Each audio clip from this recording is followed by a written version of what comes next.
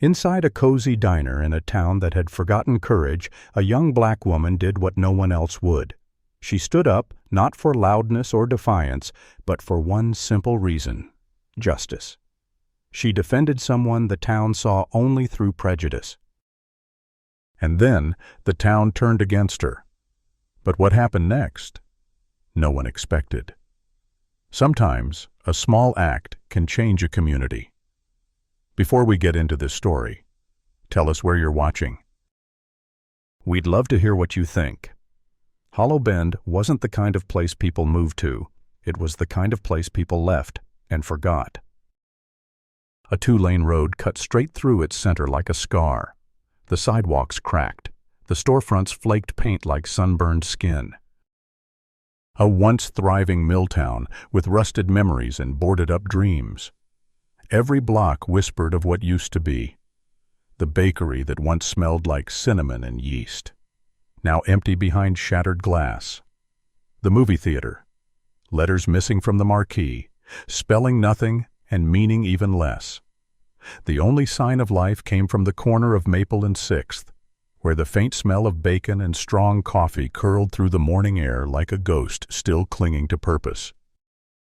That was Brooks Cafe, the last heartbeat of a town on life support. Inside, Danielle Brooks wiped down the counter with tired hands. She moved like someone trying not to think. Not about the bills stacked in her bag. Not about the overdue electric notice taped under the register. Not about room 214 of Hollow Bend Memorial, where her father lay half paralyzed, connected to machines that beeped like reminders of time running out. No, she focused on the rhythm, the swirl of the rag, the clink of the spoon in a chipped mug. The hiss of eggs on the grill, small manageable things, things she could fix. She was only 28, but life had aged her early. Her back ached like her soul had learned to carry too much too soon. Still, her brown eyes stayed bright, watchful, alert, unwilling to give up. The cafe was empty now, save for the hum of an old ceiling fan that wobbled like it had something to confess. The breakfast rush, 3 tired farmers and a retired mechanic, had come and gone without saying much, leaving behind lukewarm coffee rings and tips that didn't quite cover the price of eggs. Still, Danielle had thanked each one by name.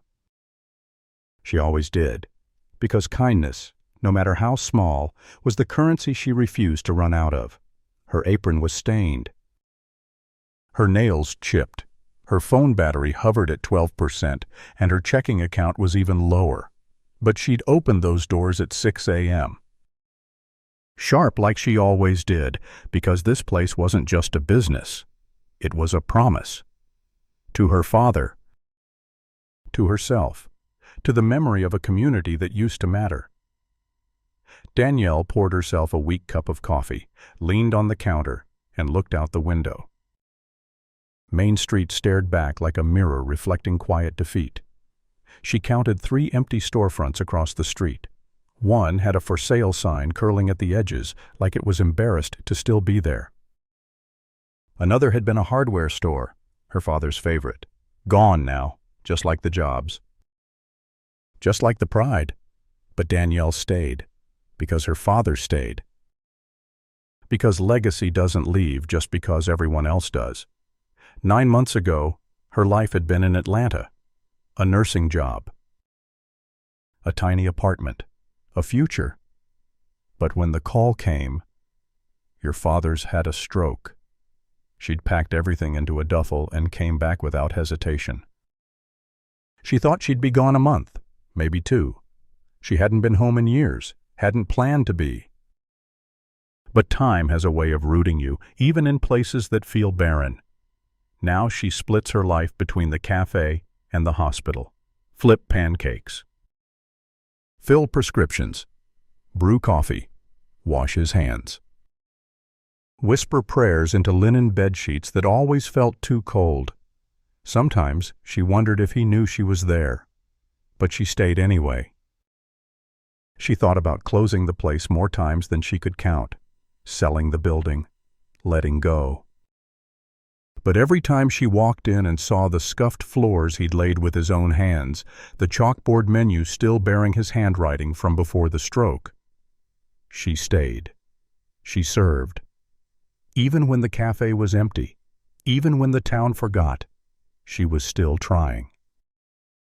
Even when the people who once watched her grow up now watched her with quiet pity, or worse, indifference. The cafe's bell jingled once, too softly, like a breath. Danielle turned, her practiced smile already forming. But it wasn't a customer, just the breeze. The wind nudged the door open and drifted across the room before slipping away. She exhaled and returned to the counter, setting the mug down gently. Her reflection in the glass caught her off guard. Not tired. Not weak, just determined. The kind of quiet strength that doesn't demand to be seen, but refuses to disappear. Some people said Hollow Bend was already dead, that she was wasting her time, but Danielle Brooks had learned something in those long hospital nights and hollow mornings. Not everything that looks broken is beyond saving. Not every story ends with an exit. Some begin right in the middle, at the counter of a quiet diner in a town most people have already given up on. And that morning, as the wind faded and the first real customer of the day hadn't yet arrived, Danielle whispered a promise to the empty room. Keep the coffee hot. Keep the door open. Someone's going to need it today. She didn't know it yet, but that someone, he was already on his way. The bell above the door gave a dry, metallic jingle. Not cheerful, not warm. Just loud enough to cut through the silence like a warning. Danielle Brooks looked up from behind the counter of Brooks Cafe, expecting a regular. Maybe Joe Whitman, the mailman. Maybe Dolores from the quilting circle will be 3 creamers deep by now. But it wasn't a neighbor. It was a stranger. He filled the doorway like a ghost from another world. Massive, broad-shouldered, wrapped in a black leather jacket faded to charcoal by road dust and time. His beard was thick, unruly, peppered with gray, and his eyes, though weary, scanned the room like a man always aware of where the exits were. But it was the patch on his back that made the room go still. Hell's Angel, the skull, the scythe. The legacy of every outlaw myth small towns like Hollow Bend had warned their children about. Danielle felt it, not fear. Not quite, but a shift, the way the air thinned when a storm was coming. At booth 5, Old Man Curtis stopped mid-chew. Dolores clutched her purse. A teenage busboy stepped behind the kitchen door like he wasn't getting paid enough for this. The man walked slowly toward the far end of the counter. Every step was deliberate, every breath like it cost him something. When he sat, the stool gave a soft creak but held. He didn't speak, didn't demand. Just lowered his gaze like he was trying to disappear, even though his presence filled the entire room. Danielle moved, not fast. Not out of obligation, out of instinct. She filled a glass with water, tucked a menu under one arm, and walked toward him as she would any tired traveler who'd seen too much and asked for too little. "Welcome to Brooks," she said softly.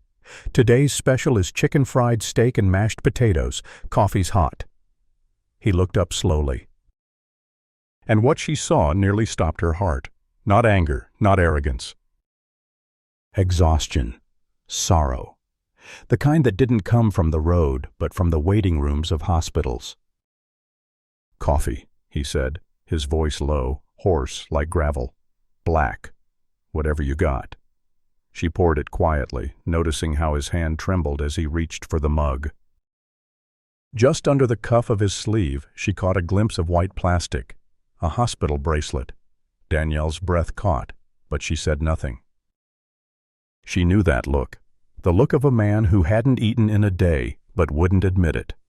The look of a father who sat beside a sick child and prayed to the gods he never believed in. "You've come from the hospital?" she asked gently, setting down the cup. He nodded once. "My daughter." Stage 4, Hollow Bend Medical. He didn't elaborate. He didn't need to. Danielle placed the menu in front of him, eyes soft. Eggs and toast on the house while you wait for the special. 6 minutes, maybe 7. Take your time. And that was when the second storm walked in. The bell jangled again, sharper this time, like it knew who was coming. Sheriff Kyle Denton. Broad chest, pressed uniform, mirrored sunglasses even indoors. He walked like the floor should thank him for each step.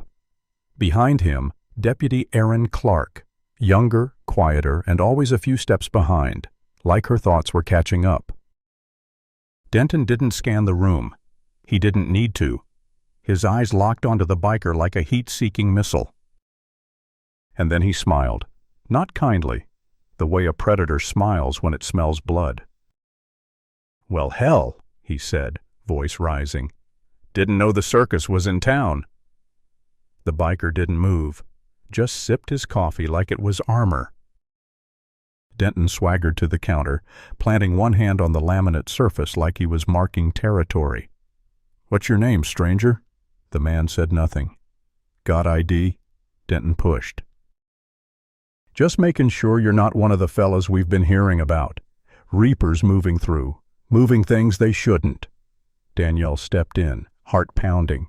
"He's a customer," she said clearly. "And unless ordering coffee's a felony now, he hasn't done a damn thing wrong." Denton looked at her, and the smile didn't move, but the eyes turned cold. "Danielle," he said, dragging her name out like it was a curse. "You really want to put your name on this?" She didn't hesitate. "I already did. I served him breakfast." The biker moved slowly, reaching for his wallet, but Danielle gently placed her hand on the counter between him and Denton. "I said it's on me today," she added. "Breakfast is my treat." The silence that followed was thick enough to choke on. Denton straightened, adjusted his belt, and let out a scoff. "This town doesn't forget who sides with trouble, Danielle." "Maybe this town needs to remember what human decency looks like," she said, her voice firmer now. "He didn't ask for a fight." "You brought one." For a moment, nothing moved. Not the people, not the air. Then Denton turned, sharp and stiff. "Let's go, Aaron." Deputy Clark lingered for a beat, her eyes flicking to Danielle, not defiant, not apologetic, just searching. Then she followed the sheriff into the blinding daylight. The door shut behind them with a hiss. Danielle stood at the counter, palms flat, heart thudding in her ears. The biker didn't say anything, just lowered his head again. In a corner booth, Curtis shifted uncomfortably. Dolores pretended to check her phone, but Danielle didn't care. In that moment, she chose clarity over comfort, truth over silence. And a man with shaking hands and a hospital wristband got to eat in peace. That mattered. That had to matter. Because if it didn't, then Hollow Bend had already died, and kindness was just another name for surrender. She poured herself a coffee, set it beside the man, and returned to the grill. The cafe didn't erupt in applause. The world didn't shift. But something small inside her did. And from across the room, the man whispered, "Thank you." She didn't look up. Just nodded. "Eat slow," she said. "There's more where that came from." The next morning, the sun rose over Hollow Bend like it always did, indifferent, unhurried, hot. But something had changed. Danielle Brooks stepped out of her rusted sedan, keys in one hand, iced coffee in the other, and froze at the sight of her cafe. It wasn't the building. It wasn't the cracked windows or the faded paint that had peeled another inch since yesterday. It was the message.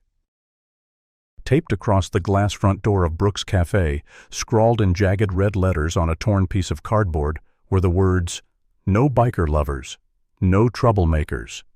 The ink bled like it had been written in anger, or worse, purpose. Danielle stared at it, heart slowing in her chest. Not shocking, not anymore. She'd grown up in Hollow Bend. She knew what this town did when someone dared to challenge the rules they never wrote down, but always enforced. She peeled the sign from the glass, the tape crackling like bone under pressure.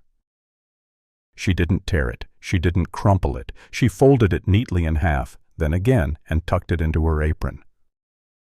Not out of weakness, but memory. Inside, the cafe was silent. Too silent. The kind of quiet that echoed. The air still smelled like yesterday's bacon grease, but the warmth, the soul, was gone. She wiped down the counter, not because it needed it, but because her hands needed to do something. No customers came. Not Curtis, not Dolores, not even Melvin, who never missed a day unless he was dead or in jail. The chairs stayed empty. The jukebox is silent. The tip jar. Nearly dusty. By noon, Danielle knew what had happened. The town had turned its back. And yet, the one face she needed, wanted to see, was still just 10 minutes away. She didn't lock the front door. She just turned the sign back to closed and left the cafe like it was holding its breath. Room 214, Hollow Bend Medical. She'd memorized every crack in the floor tiles of the hallway, every flicker of the overhead fluorescent lights, every inhale of that hospital-grade disinfectant that clung to her clothes long after she left. Her father lay in the bed like he had yesterday and the day before. Eyes closed, skin thinner than paper. One half of his body is still. But his chest rose and fell, slow, stubborn, steady. Danielle pulled the chair closer and sat down. She didn't speak at first. Just reached for his hand and held it. It felt warm, not strong. Not gone, just in between.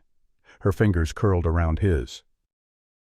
"I think I made a mistake," she whispered. Her voice didn't tremble, but her throat burned like she'd swallowed smoke. She glanced toward the monitor beside the bed. The slow, steady rhythm, the silent vigil it kept over every breath her father managed.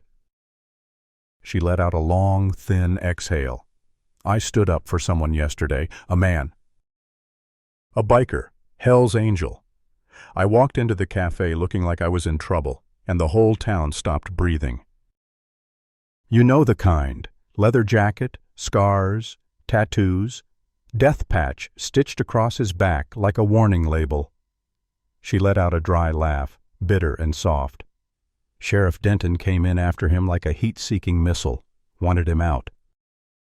Wanted blood, and I didn't let it happen. I said no. I said, "He's a customer, just like anyone else." I bought him breakfast, told the sheriff to back off. She paused, waited for his hand to squeeze hers, for his brow to twitch, for anything, nothing. "They're angry," she continued, her voice quieter now. "The whole town. They didn't say it out loud, but they don't have to. They don't come in. They don't look at me.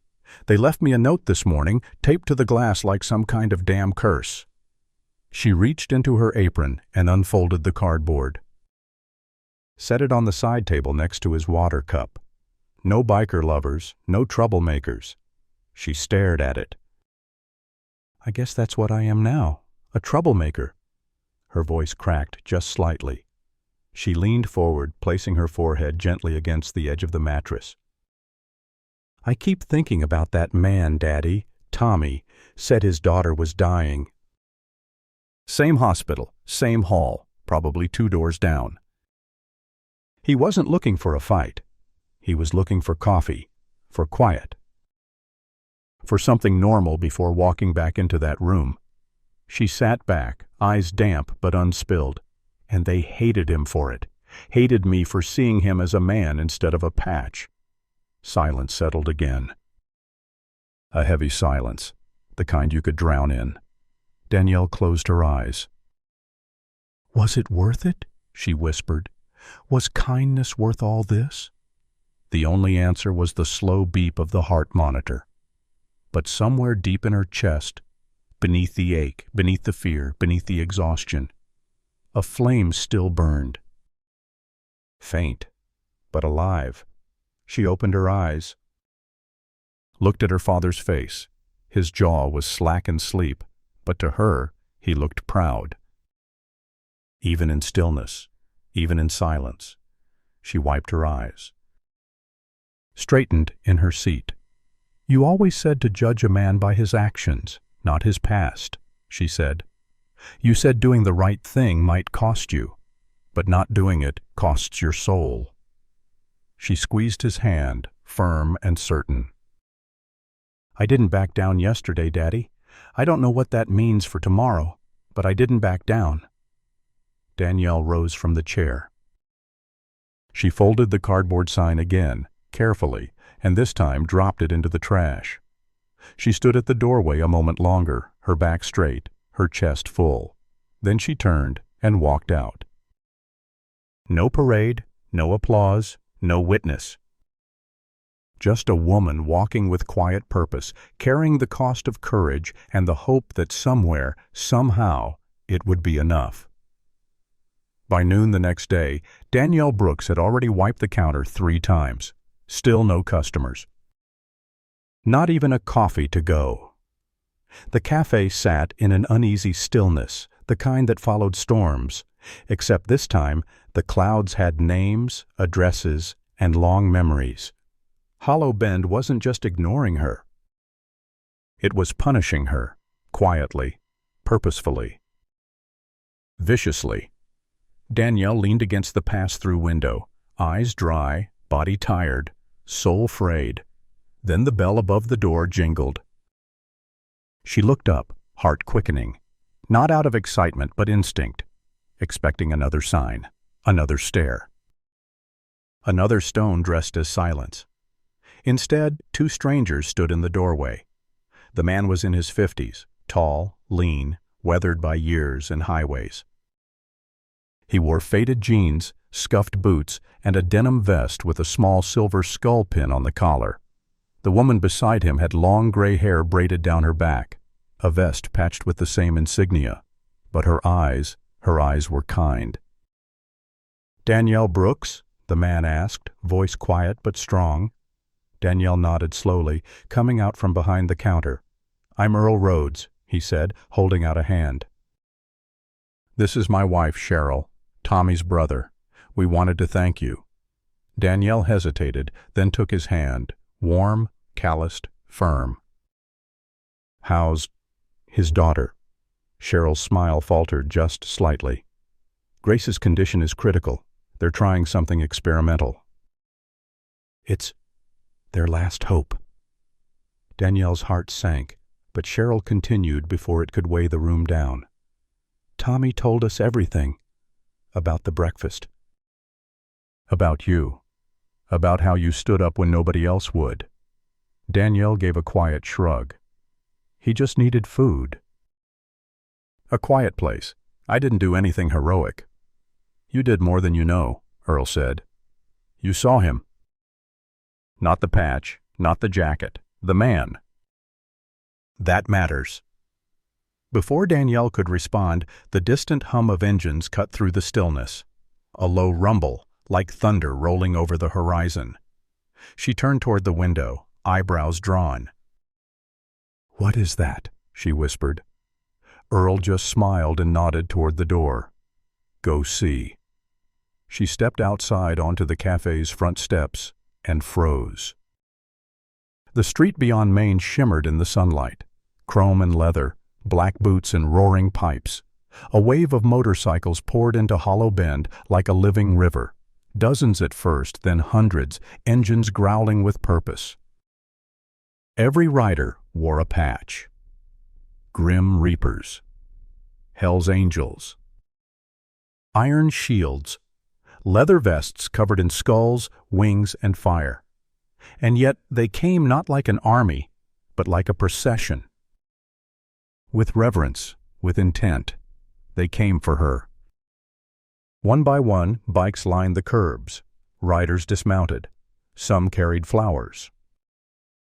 Others just walked with hands in their pockets, shoulders heavy, eyes solemn. Earl stood beside Danielle, his hand lightly resting on her shoulder. Tommy told his chapter. They told others.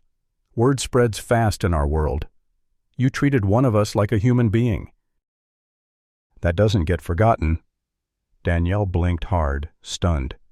There are over 200 people here. Probably closer to 3, Cheryl said. And more coming. Danielle swallowed, trying to find words. Why? Earl looked her dead in the eye. Because when the world turns its back on people like us, we remember the ones who didn't. The bell above the door jingled again as the first few riders entered. Calm, quiet, respectful. They filled booths, pulled up chairs, and leaned against the walls. Every seat was taken within minutes. Every corner is filled. Danielle moved behind the counter, still half in a daze. I don't have enough food for all these people. Cheryl gave her a knowing smile. Already handled. We called your supplier last night. Trucks are en route. Everything covered. Consider it an investment in courage. Danielle's hands shook as she reached for a coffee pot, the weight grounding her. Across the street, Hollow Bend watched from porches, from windows, from behind curtains. Some whispered, some stared. But then, something strange began to happen. They crossed the street. First came Melvin, hands shoved deep into his pockets, eyes low but purposeful. Then Dolores, then the Henderson twins. Soon, familiar faces entered Brooks Cafe, weaving through the leather and patches like pilgrims into sacred ground. Melvin gave Danielle a small wave. "Still got those biscuits?" he asked with a crooked smile. Danielle laughed, breathless. "Always." He sat beside a woman with a pink mohawk and a vest that read, "Reapers Never Quit." She smiled and slid him a menu. It was the kind of moment that rewrote history, not loudly but meaningfully. The cafe buzzed with cautious laughter, new conversations, unlikely stories. Old barriers cracked. Long-held fears softened. Danielle stood at the center of it all, apron smudged, heart pounding, and for the first time in days, her hope outran her fear. And as she moved between booths, sliding plates of eggs and coffee across the counter, she felt it. Something had shifted, not just in the cafe. In the town, in the people. Outside, the roar of engines faded into soft murmurs. Inside, something else bloomed, a sense that change was possible, not through anger or protest alone, but through the smallest act of unapologetic grace. Danielle paused, one hand on a coffee pot, the other on her chest, as she watched a retired war vet teach a biker how to play dominoes in the corner booth. And deep in her bones, she realized, she hadn't saved a man. She'd opened a door, and now people were finally walking through it. By the time the clock struck 4, Brooks Cafe no longer looked like a diner. It looked like a movement. Every booth was filled, not just with people, but with contradictions, once unthinkable, now made real. A grizzled biker with a cobra tattoo across his neck sat across from Dolores Winters, who, for the last 15 years, had judged everyone in town based on how often they showed up to church. They were deep in conversation over pie. A teen in a school Letterman jacket helped an aging Vietnam vet in a leather vest figure out the cafe's jukebox, now humming with Springsteen and Sam Cooke. And near the window, Melvin Thomas taught a trio of riders how to play dominoes, slapping tiles down with the kind of joy that dared the world to keep hating. Danielle Brooks moved between them, arms full of plates, face flushed from work and wonder. Her shoes ached, her hands shook. But her soul was on fire. She hadn't slept. She hadn't eaten. But this was everything her father had dreamed for this place. The doorbell jingled again, and this time the room fell silent. A man stepped in, broad-shouldered, bearded, wearing a black leather vest stretched across his barrel chest. His beard was thick and white, and on the back of his vest was a patch so bold it pulled all the air from the room. President, Grim Reapers, MC.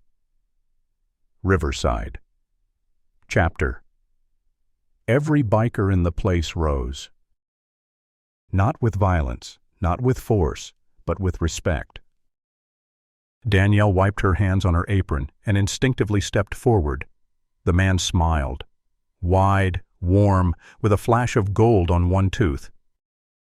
"You must be Danielle," he said, his voice low, like the sound of thunder before it breaks. "Name's Duke Franklin." They shook hands. His grip was firm but gentle. Danielle felt like she was shaking hands with a bear who had just promised not to crush her. "Welcome to Brooks Cafe, Mr. Franklin," she said. He chuckled.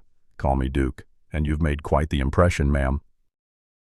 Been hearing about you all over the state. Word travels fast when someone's got a backbone."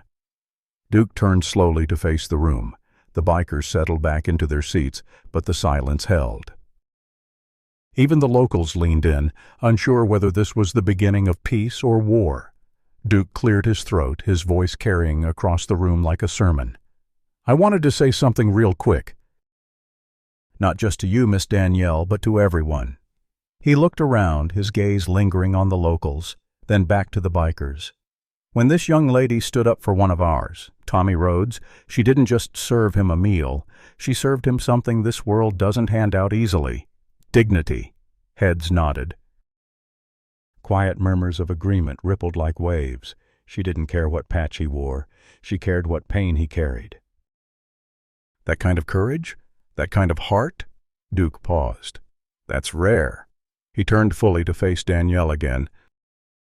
"So from this day forward, let it be known, Brooks Cafe rides under our protection." A roar of approval shook the walls. Boots stomped. Fists pounded the tables. The bell above the door jangled from the vibration alone. Danielle stood frozen, lips parted in disbelief. She caught Tommy Rhodes sitting quietly in the back, watching her with tired eyes and a quiet smile. Gratitude, respect, pride. But Duke wasn't finished. He raised his hand again, quieting the crowd like a conductor silencing an orchestra. "And if anyone in this town's got a problem with that." His voice lowered, like a growl wrapped in velvet. "They'll have a problem with all of us." His eyes landed on the one man who'd just walked through the door, Sheriff Kyle Denton. Denton had slipped in during the noise, trying to go unnoticed. But now, every eye in the cafe was on him. He stood in full uniform, hat in hand, jaw tight. Danielle felt the room freeze again. But this time, she wasn't the one under scrutiny. Duke locked eyes with Denton, not angry, not aggressive. Just certain, like a mountain that didn't need to raise its voice to be dangerous. Denton tried to speak. Tried to offer something, authority maybe, apology, but no words came.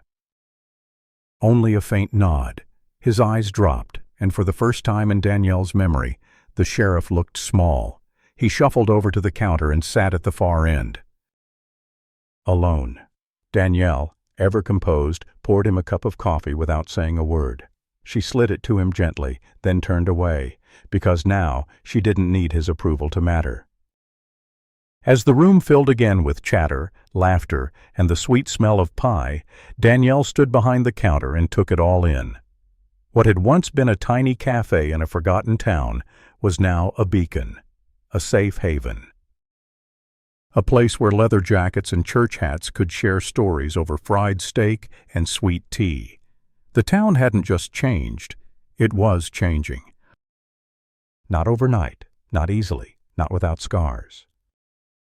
But today Danielle saw the power of a stand, of a single moment where silence is broken, where fear is confronted not with rage, but with compassion so fierce it becomes revolutionary. She didn't need a title, she didn't need a badge, she had the truth. She had fire. And now, she had a town that, finally, was learning how to listen. As the afternoon sun dipped toward the rooftops of Hollow Bend, the energy inside Brooks' Cafe began to soften, not fade but settle. What had started as a thunderous wave of engines and fists on tables now hummed with something gentler. People laughed, but quieter. Voices fell into low, meaningful tones. It wasn't a celebration anymore. It was communion. Danielle Brooks stood behind the counter, her hands curled around a lukewarm mug of coffee she hadn't touched. Her body was aching, but her spirit was on fire. For the first time in weeks, maybe years, she felt her father's dream breathing again inside these four walls. And then the bell rang one more time. She turned, expecting another rider, maybe someone coming in late.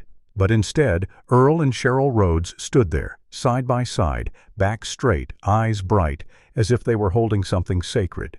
In Earl's hands was a brown paper package, worn, a little crumpled, but carried with reverence. "Mind if we steal a second?" Earl asked. Danielle nodded, trying to keep her composure as they approached the counter. "We wanted to give you something," Cheryl said softly, "from all of us. Not just Tommy." Danielle took the package with both hands, her fingers suddenly clumsy. She placed it gently on the counter and began unwrapping it, her pulse loud in her ears. The paper fell away to reveal a leather vest, black, thick, and broken in from miles of wind and rain. But across the back, in bold, beautifully stitched lettering, were the words, "Brooks Cafe, Friend of the Reapers." Beneath that, in smaller script, one more word stood alone, "Protected." Danielle pressed a hand to her mouth. She couldn't speak, couldn't move. Her eyes burned as she ran trembling fingers across the stitching. Its weight wasn't just physical, it was symbolic, heavy with meaning. A shield, a banner, a quiet promise. "We don't hand those out," Earl said, voice low and rough. "Hell, we don't even make 'em for outsiders. But you're not an outsider anymore." Danielle blinked rapidly. "I don't know what to say." "You don't have to say anything," Cheryl replied. "You already did, loud and clear." Earl reached over, tapping the vest lightly. "Check the pocket." With careful fingers, Danielle reached inside the chest pocket. Folded neatly inside was a single piece of lined notebook paper, the edges slightly torn, the ink faded just enough to tell it had been written in a moment that mattered. She unfolded it, and her breath caught. "Danielle, I've worn this jacket for most of my life. It's brought me respect and trouble depending on the road, but yesterday you didn't see the patch. You saw me. You saw a father with a sick daughter, a man trying to hold it together. No one's looked at me like that in a long time. You reminded me I still mattered. Thank you for seeing me as a human being." Tommy tears blurred the page. Danielle closed her eyes, pressing the letter to her chest, letting the moment carve itself into her memory. Outside the window, the sky turned amber.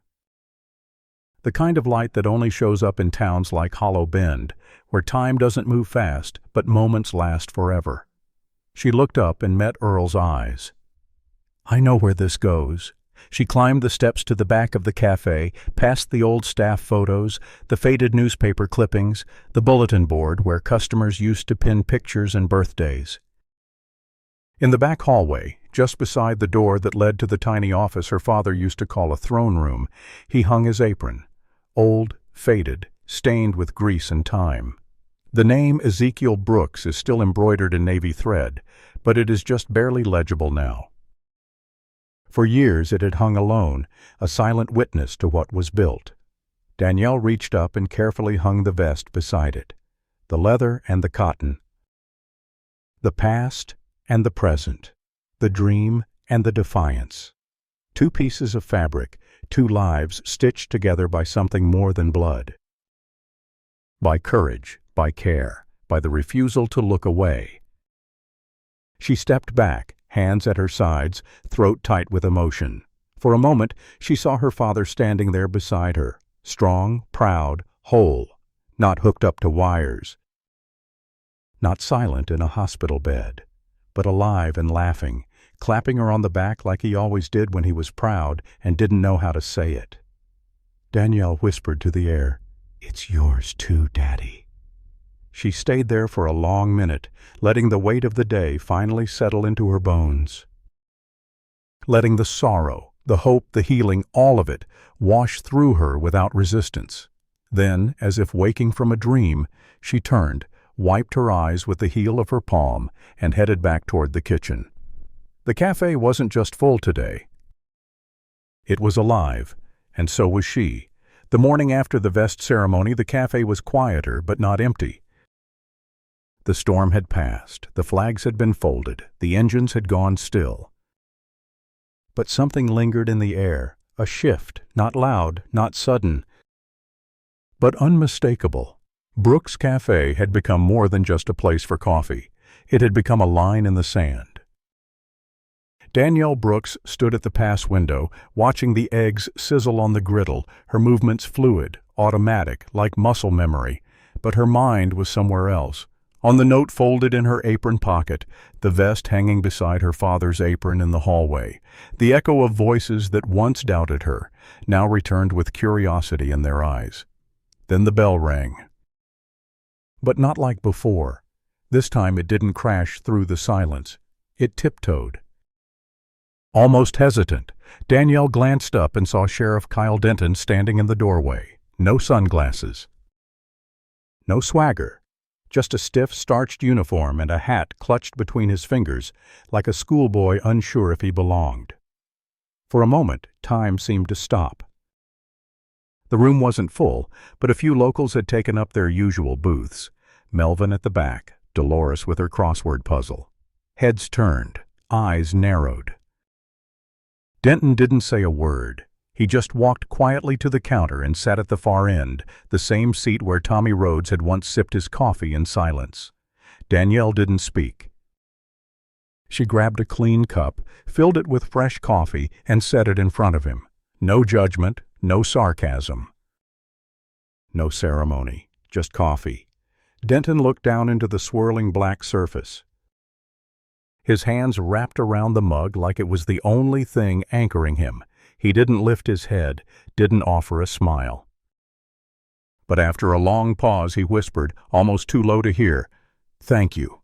Danielle gave a slight nod, then turned back to the kitchen without a word. And somehow, that was enough.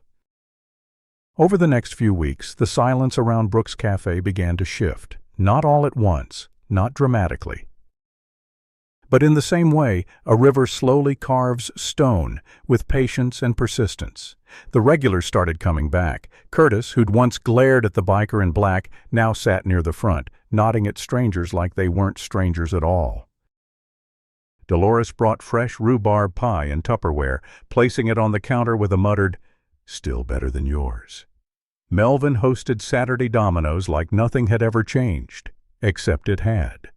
Locals started sitting beside riders they once feared. Conversations started. Shared jokes, shared grief. A woman who once feared tattoos now cried with a biker who'd lost a son to cancer. A mechanic traded tools with a reaper from Arkansas who knew carburetors better than anyone in town. No speeches, no declarations. Just small shifts, the kind that matters most, and Danielle. She stayed exactly where she had always been, behind the counter, hands steady, eyes open, heart wide, the steady heartbeat of the cafe, and now the soul of Hollow Bend. She flipped pancakes. She poured coffee. She listened to stories about road trips and marriages and good dogs gone too soon. She offered warmth to the tired, quiet to the broken, and food to anyone who crossed the threshold. Because that's what her father had built, and she had rebuilt it, not with bricks or money, but with conviction. The vest still hung in the back, beside the apron. It was never touched, never worn, but it was seen. Every rider who walked in stopped to look at it. Every regular who asked about it got the same answer. It's a reminder of what? What can happen when one person chooses to see instead of judge, to serve instead of fear, to stand instead of looking away. One quiet morning, as the sun rose pink over the rooftops and the cafe's windows fogged from fresh biscuits and early chatter, Danielle leaned against the counter and let her eyes sweep across the room. She saw a woman with a baby on her hip laughing with a biker missing 3 teeth. She saw a kid in a hoodie passing sugar to a man with knuckle tattoos and grief in his eyes. She saw Sheriff Denton sitting alone again, but this time not avoided, just still learning. And that too was okay. Her heart ached with all of it. The pain, the pride, the history, the healing. And somewhere deep in her chest, a voice, her father's voice, spoke without words. This is what a town should be. Closing message, narration voice over. In a world quick to judge and slow to listen, in a town built on history and sometimes haunted by it, one act of courage opened a door. One cup of coffee changed a conversation. And one word, spoken at the right time, made a place where people could be seen. Simple kindness can change a whole community. One cup at a time. This wasn't about a fight. It was about a choice. To see people not for what they wear, but for who they are. To speak up when it's easier to stay quiet. To offer kindness when the world chooses fear, because sometimes justice doesn't begin in a courtroom. It begins with a cup of coffee and the courage to do what's right. If this story moves you, don't stay silent. Like, comment, and subscribe to Injustice Unmasked, where real stories shine a light on injustice, one truth at a time. One act of compassion won't change the world, but it can change a life, and maybe that's where the world begins.